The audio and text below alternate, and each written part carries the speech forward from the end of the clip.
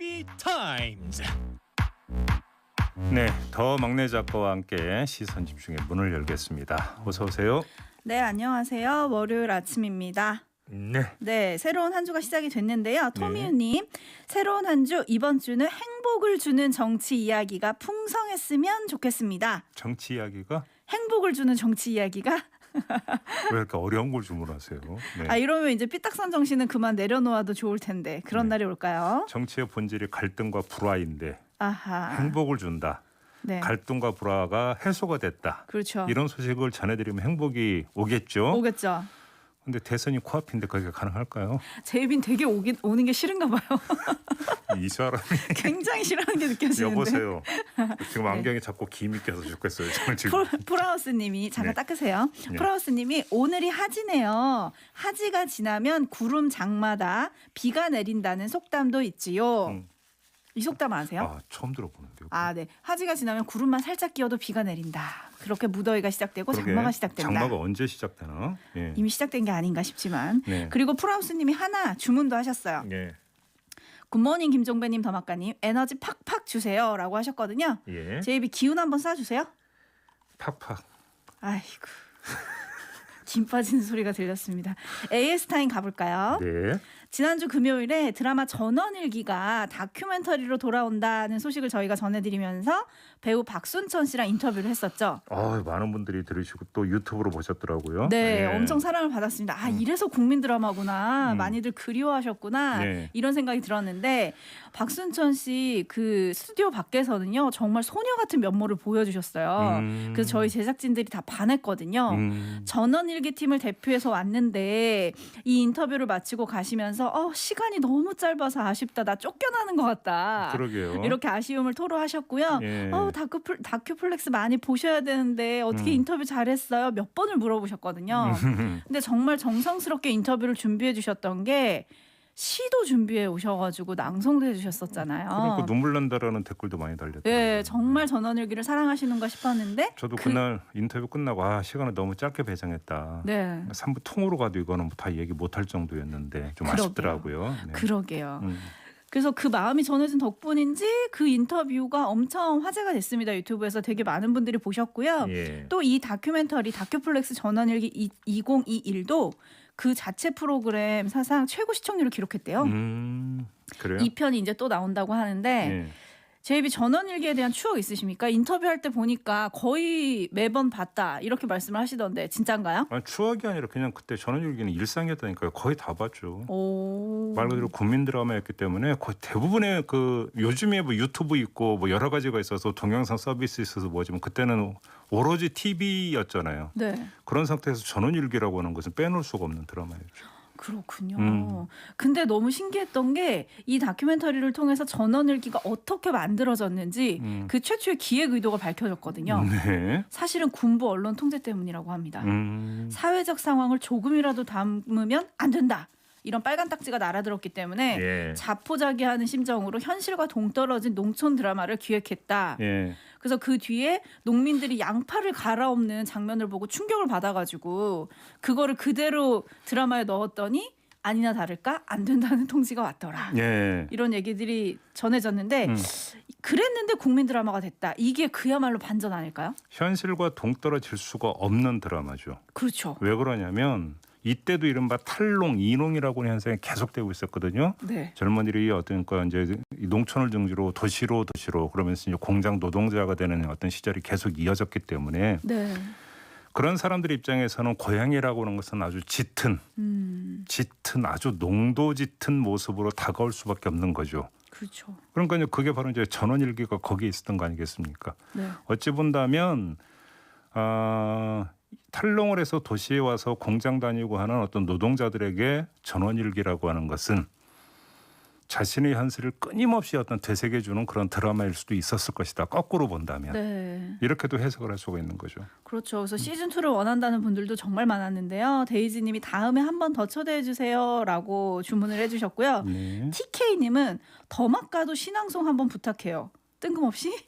해봐요 한번. 제가 청취율 1위 하면 이벤트로 한번 할게요.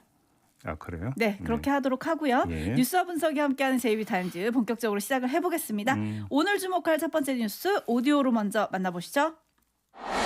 야권에선 27일 대선 출마 선언을 앞둔 윤석열 전 검찰총장 캠프에 악재가 겹쳤습니다.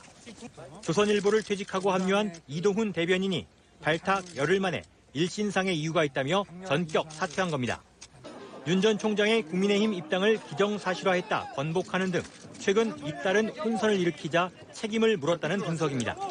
국민의힘 입당은 당연한 걸로 제가 받아들여도 될까요? 네, 그러셨을까?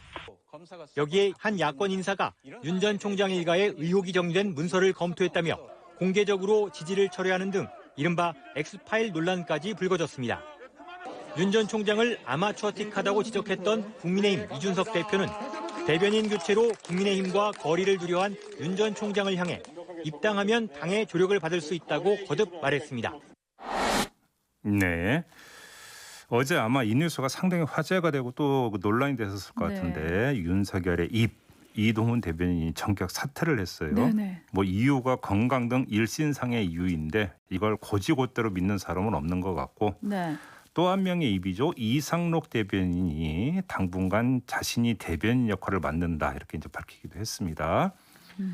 자, 18일 국민의힘 입당 여부를 두고 이동훈 대변인과 윤석열 전 총장 말이 다르지 않았습니까? 그랬죠. 그 뒤에 나온 사태이기 때문에 바로 이런 혼선이 결정적 이유였던 거 아니냐 이런 게 이제 대부분의 분석인데요. 그러니까요. 그 내막에서 무슨 일이 있었던 걸까요? 점검 포인트가 두 가지가 있는데요. 두 가지.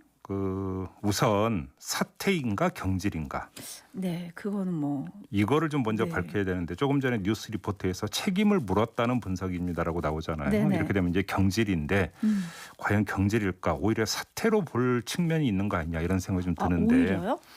왜 그러냐면 단서가 하나 있어요. 이상록 대변인이 밝힌 내용에 힌트가 있는데 네.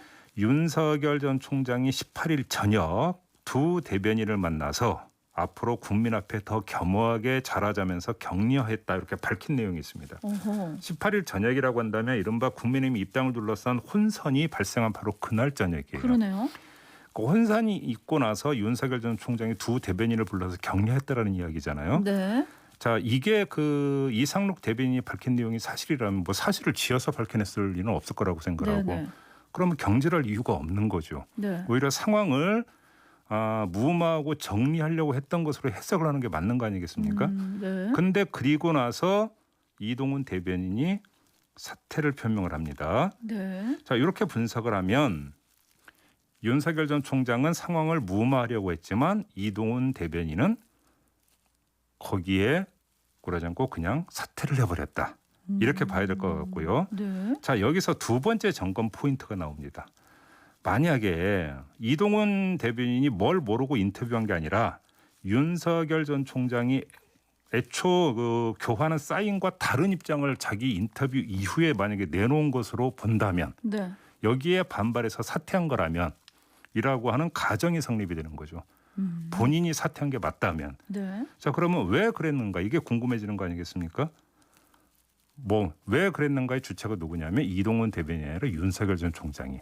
다시 말해서 이동훈 대변인은 윤석열 전 총장과 교환한 사인에 기초해서 인터뷰에서 이렇게 이야기를 했는데 뒤에 가서 윤석열 전 총장이 사실상 부인하는 내용을 했다면 네. 거기에 반발을 해서 사퇴를 한 거라면 윤석열 전 총장은 왜 갈지자 행보를 보였는가가 당연히 따라붙는 궁금증이 되는 거잖아요. 그렇죠. 내 마음 나도 몰라 수준으로 갈팡질팡하는 건지 아니면 이동훈 대변인에게 자신의 뜻을 잘못 전달을 한 건지 어허. 다시 말해서 대변인과도 소통이 제대로 안 될 정도로 입장 전달이 모호했던 건지 네. 요게 이제 그렇게 되면 두 번째 궁금증으로 이제 다가오는 거죠. 근데 둘 중에 뭐가 됐든지 간에 국민 앞에 섰을 때의 상황에 대입을 하면 본인 입장에서 상당히 심각하다라고 본인 스스로 빨간 신호를 올려야 될 때가 됐다. 이렇게 봐야 되는 거겠죠. 그렇게요. 그래서 이제 뭐 많은 언론들이 전원 정치의 이게 한계다 뭐 이런 얘기를 했는데 그 안에서도 살펴봐야 될 것들을 지금 JB가 짚어준 건데요. 그렇죠. 3097님이 아하 진짜 JB 말대로 뜸들이다 이제 타기 시작하네요. 6786님 네. 이번에는 중앙일보 기자 기용하면 될 것 같아요. TK님 내가 말하는 대로 해라. 야 내가 더 경험 많으니 내 말대로 해라. 이러다가 헤어졌을까요? 뭐 이런 추측들이 지금 많이 나오고 있는데 아주 단순한 거예요. 이동훈 대변인이 정말로 윤석열 전 총장의 그 생각을 잘못 읽고 네 잘못 읽고 인터뷰를 했다면 예를 들어서 거기에 책임을 질 수 있겠죠. 그렇죠. 그래서 사퇴를 할 수 있겠죠. 하지만 네. 그 중간에 뭐가 있습니까? 저녁 먹으면서 격려했다라는 거잖아요. 그러니까 책임을 안 지도 되는 상황을 윤석열 전 총장이 만들어 준 거잖아요. 네. 그런데도 사퇴를 했다면 그렇게 해석할 여지는 별로 없다. 이런 이야기가 되는 거죠. 알겠습니다. 근데 악재가 주말 사이에 또 있었어요. 이른바 윤석열 엑스파일. 이게 논란이 됐는데 이상록 대변인은 존재 여부조차 알 수 없는 상황에서 그에 대해서는 대응하지 않기로 했다. 명확한 입장을 밝혔고요. 국민의힘 이준석 대표는 진실이 아니거나 의미 없는 내용일 것이다. 이렇게 방어막을 쳤거든요. 예. 문제는 이 엑스파일도 검증의 일환이라면 이게 얼마나 파괴력이 있을까? 이게 좀 근데 궁금해지더라고요. 저희 유튜브 연장 방송인 천기누설에서 이 문제를 미리 다룬 적이 있었는데요. 네. 윤석열 전 총장 쪽에서 엑스파일에 대응을 안 하는 건 너무나 당연한 거고 그렇겠죠. 대응을 하면 할수록 그게 그러니까 키워주고 궁금증을 자아내는 그렇죠. 건데 그럴 대응할 이유가 뭐가 있겠어요. 그렇죠. 이건 이럴 땐 무시가. 네. ABC고 중요한 것은 엑스파일이 지금 어떻게 돌고 있는가. 네. 그때 이제 천기누설에 얘기했던 그 전 한나라당 의원인 그러니까 신지호 전 의원이 한 매체에 기고한 글에서 보면 야당 의원들 사이에서 엑스파일이 돌고 있다. 네. 보고 있더라. 사실은 여기서부터 시작을 해가지고 한 언론이 추적 보도를 해봤더니 이게 여권에서 작성한 엑스파일이냐 아니냐. 네. 여권에서 작성한 게 아니라 오히려 다른 루트에서 작성했을 가능성도 있다라고 하는 의혹을 제기하는 기사도 이미 내보낸 바가 있었어요. 네. 그게 모두 뭉뚱그려져 가지고 지금 엑스파일 이렇게 표현이 되고 있는데 여기서 그 뭐 진실이나 이런 것들은 지금 밝혀낼 수가 없겠죠. 네. 작성자가 누구인지도 그렇죠. 밝혀낼 수는 없고 다만 분명히 간접적으로 확인할 수 있는 게 여의도 정가에 바닥에 퍼지고 있다. 이건 여러 가지 기사와 기고를 통해서 지금 확인되고 있다. 이 점만 말씀을 드리겠습니다. 그것도 야권에서 많이 돌고 있더라. 네. 8797님이 JB는 혹시 엑스파일 보셨어요? 옛날에 그 이 외계인 UFO 추적했던 엑스파일이 되게 재밌었었는데 기억나십니까? 뜬금없이 새길로 샜다는 건 아직 못 봤다는 얘기입니다, 여러분. JB타임즈 다음은 여당으로 갑니다. 여기도 복잡한 뉴스가 있습니다. 오디오로 먼저 만나보시죠. 이낙연, 정세균계 의원 60여 명이 대선 경선 연기가 필요하다며 의원총회 소집을 요구하는 연판장을 민주당 지도부에 제출한 가운데 추격의 시간이 필요한 정세균 전 총리도 직접 지원 사격에 나섰습니다. 코로나가 어느 정도 잡히면 비대면으로만 경선을 하는 것보다는 아마 제대로 경선을 하는 것이 국민들의 알 권리도 충족시키고 또 경선 흥행도 반면 이재명 지사 측은 당의 헌법인 당헌은 국민과의 약속이라며 반박했습니다. 민주당 지도부는 내일 의원총회를 열고 모레부터 후보 등록을 진행할 계획인데 비이재명계 의원들의 거센 반발이 변수입니다. 네, 지금 민주당한테 떨어진 폭탄은 바로 이거죠. 네. 근데 정세균 캠프 대변인인 조승래 의원이 어제 성명을 냈습니다. 그랬죠. 경선 시기 논의 요구는 당헌 준수이고 논의 거부는 당헌 위배다 이렇게 주장을 했어요. 네네. 송영길 대표는 어제 비공개 최고위원회를 주재를 했는데 여기서 결론을 못 내렸다고 하고요. 그렇죠. 내일이죠. 내일 의총에서 논의를 하기로 했다는데 네. 보도를 종합하면 내일 의총에서 그렇다고 찬반 표결하고 이런 건 아니고 네. 의총에서 결정은 안 하고 의견만 듣는다고 그래요. 네. 자, 여기서 주목할 그 멘트가 하나 있는데 최문순 강원지사가 한 말입니다. 자신이 19일에 송영길 대표와 면담을 했는데 네. 경선 일정을 예정대로 가는 것으로 결심하고 있다는 느낌을 받았다라고 전했어요. 왜?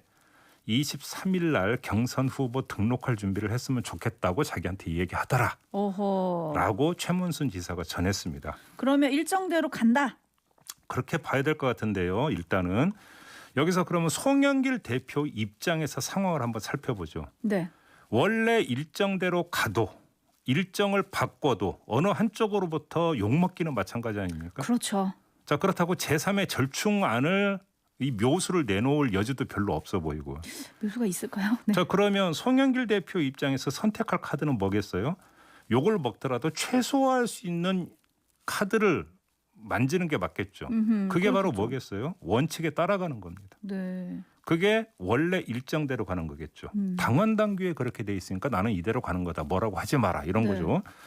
조승래 의원이 성명에서 당헌을 강조한 배경이 바로 여기에 있다고 봐야 되는 겁니다. 당헌 당규에 돼 있으니까 나는 그대로 간다라고 하는 게 당헌에 맞지 않는다라고 사전에 지금 바리케이트를 치고 있는 거죠. 네. 조승래 의원이. 자, 바로 여기서 이 당헌을 해석을 둘러싼 게 이제 결국은 쟁점이 된다 이런 이야기가 되는 건데 네. 이 만약에 일정을 변경하려면 당무위로 넘겨야 되고 당무위에 넘기기 위해서는 일정 변경에 상당한 사유가 있어야 된다. 일정 변경에 상당한 사유. 그렇죠. 근데 네. 이 상당한 사유라는 게 뭐 후보 어떤 특정 후보가 일정 변경을 요구하는 게 상당한 사유는 될 수 없죠. 네. 그럼 항상 이렇게 돼버릴 테니까. 그래서 조금 전에 이제 정세균 전 총리의 이제 그 육성도 나왔습니다. 뭐 코로나 상황 이런 것들을 이야기를 하는 것 같은데 네. 그러면 여기서 제가 하나만 반문을 하면 지금 정부는 사회적 거리두기 완화나 이런 것들을 지금 취하고 있지 않습니까? 네. 그러면 코로나 방역 상황이 심각해가지고 그게 지금 경선 일정을 예정대로 못 가는 상당한 사유가 된다고 과연 대답을 할 수 있는지 저는 한번 좀 반문을 던져보고 싶은 부분이 있습니다. 알겠습니다. 결론은 이제 뭐 내일 지나면 알게 되겠죠. 내일 네. 의총에서 경론이 오고 간 다음에 또 최고위에서 결정한다고 하니까요. 근데 어젯밤 최고위에서 결정한 건 하나 있는 것 같아요. 대선기획당 공동단장에 강훈식 의원을 내정했다. 이런 소식이 지금 들어와 있거든요. 강훈식 의원이 전에 전략기획위원장을 지낸 바가 있었죠. 그렇죠. 전략통이다. 이제 그래서 아마 임명을 한 것 같습니다. 예, 그렇습니다. 자, 뉴스와 분석이 함께하는 촌철살인 뉴스 분석 JB타임즈. 다음 주목할 뉴스는 어떤 겁니까? 시간이 다시 짧게만 전해드려야 될 것 같은데요. 네. 7월 1일부터 새로운 사회적 거리두기 지침이 시행이 됩니다. 그래서 어떻게 됩니까?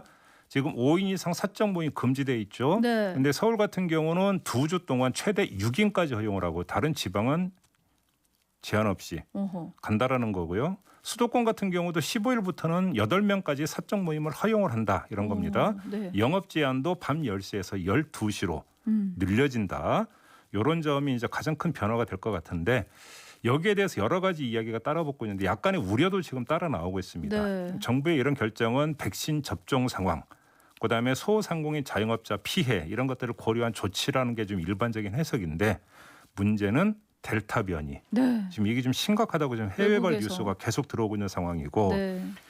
여기에다가 이제 그 피서 처리 시작이 되는 거 아니겠습니까? 네. 사람의 이동량이 엄청나게 많아질 수밖에 없는 상황에서 과연 이게 그 적절한 지금 결정이냐 이런 우려가 좀 나오고 있는데요. 그러니까요. 백신 접종 상황도 사실은 20대부터 50대까지는 지금 상대적으로 다른 연령대에 비해서 접종률이 떨어지고 있잖아요. 그렇죠. 근데 사실은 이동 어떤 사회적 활동과 이동에 가장 많은 연령층이 그 층이거든요. 그렇죠. 이렇게 놓고 본다면 그냥 그 전체 국민 대비 백신 접종 상황도 중요하지만 왕성하게 활동하고 있는 층의 지금 백신 접종 상황 이런 것들도 고려가 돼야 되는 것 아니냐.